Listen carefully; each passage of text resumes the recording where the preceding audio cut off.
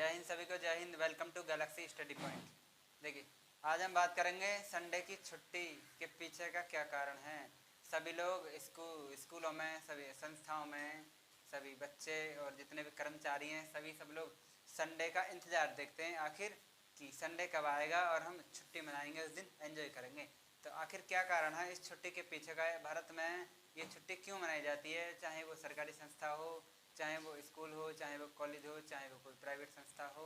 तो सभी संस्थाओं में लेकिन छुट्टी तो एंजॉय करने के लिए होती है, लेकिन नहीं, इसके पीछे कुछ कारण और ही है। और वो कारण ये है कि जब अंग्रेज़ों का शासन चल रहा था भारत में, ब्रिटिश शासन चल रहा था, तो उस समय ये 19वीं सदी का दौर है। हम बात कर सकते हैं तो 1881 ईस्वी में 1881 में जो मजदूर मिल था, उस समय भारतीय मजदूर थे और वो दिन और रात काम करते थे। उनको नहीं तो कोई छुट्टी मिल रही थी, नहीं उन्हें परिवार से मिल सकते थे, और वो दिन और रात यानी कि पूरे सब थे। और अंग्रेज जो थे वो क्या काम करते थे कि संडे को अपने चर्च में जाकर वहाँ पे जो अपने जो गॉड को मानते हैं उनका प्रार्थना करते थे, यानी कि संडे को जाकर चर्च में प्रार्थना करते थे। तो फिर भारतीय मजदूर को काम पे लगे रहने देते थे। तो मजदूर दल के जो नेता, मजदूरों के जो कार्यकर्ता थे, यानी मजदूरों के जो नेता थे उस समय नारायण मेघाजी थे। तो ये बहुत ही एक विशेष आदमी रहे होंगे। संडे की छुट्टी दिलाने का मुख्य कारण नारायण मेघाजी का है। नारायण मेघाजी ने 1881 ईस्वी में एक आंदोलन शुरू किया, और वो आंदोलन था हमारा सत्यशोधक आंदोलन। सत्यशोधक आंदोलन। इस आंदोलन में इन्होंने मांग करी थी कि जिस प्रकार अंग्रेज लोग यानी कि संडे को चर्च में जाकर प्रार्थना करते हैं, यानी कि हम भी, हमारे जो भारतीय मजदूर हैं वो भी संडे को यानी कि एक दिन जाके वो अपने परिवार से मिल सकें, और जो समाज में जो काम रुका रहता है यानी कि समाज की सेवा करने के लिए एक दिन उनको भी दिया जाए। यानी कि अपने परिवार से नहीं मिलते थे मजदूर, अपने परिवार से मिलने के लिए और समाज की सेवा के लिए उनके लिए एक दिन दिया जाना चाहिए।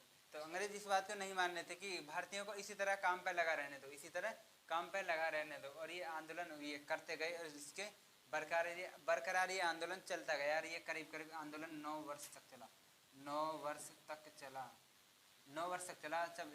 तब जाकर यह आंदोलन को रोका गया, और ब्रिटिश शासन के द्वारा यह आदेश दिया गया।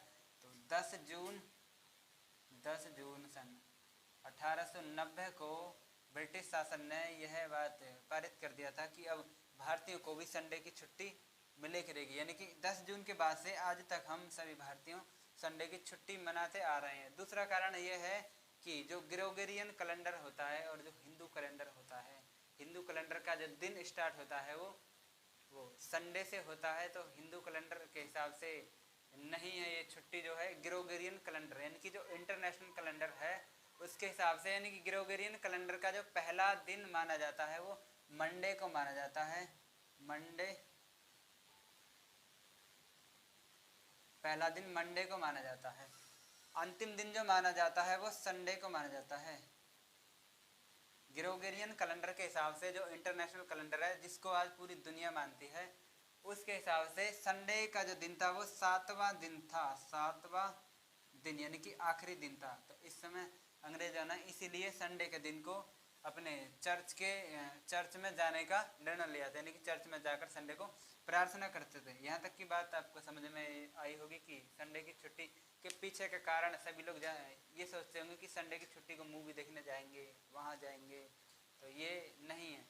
यानी कि संडे जो मिलता है वो सामाजिक कार्यों के लिए, जो भी भाई बहन और जो कार्यकर्ता हैं, तो वो संडे में समाज के लिए कार्य करें तो समाज की भलाई होगी। क्योंकि सप्ताह के 6 दिन तो हमको ऐसे हैं जिसमें हम अपनी परिवार के लिए कार्य करते हैं, लेकिन एक दिन ऐसा होना चाहिए जिसमें हम समाज के लिए कुछ कार्य कर सकें। क्योंकि समाज की बदौलत है जो हम आज रह रहे हैं, यानी कि जिसके लिए हम काम करते हैं, तो समाज की बदौलत है। समाज के लिए भी एक दिन होना चाहिए, तो वो समाज के लिए है संडे का दिन। तो यहाँ तक की बात सभी को समझ में आई होगी। जय हिंद सभी को।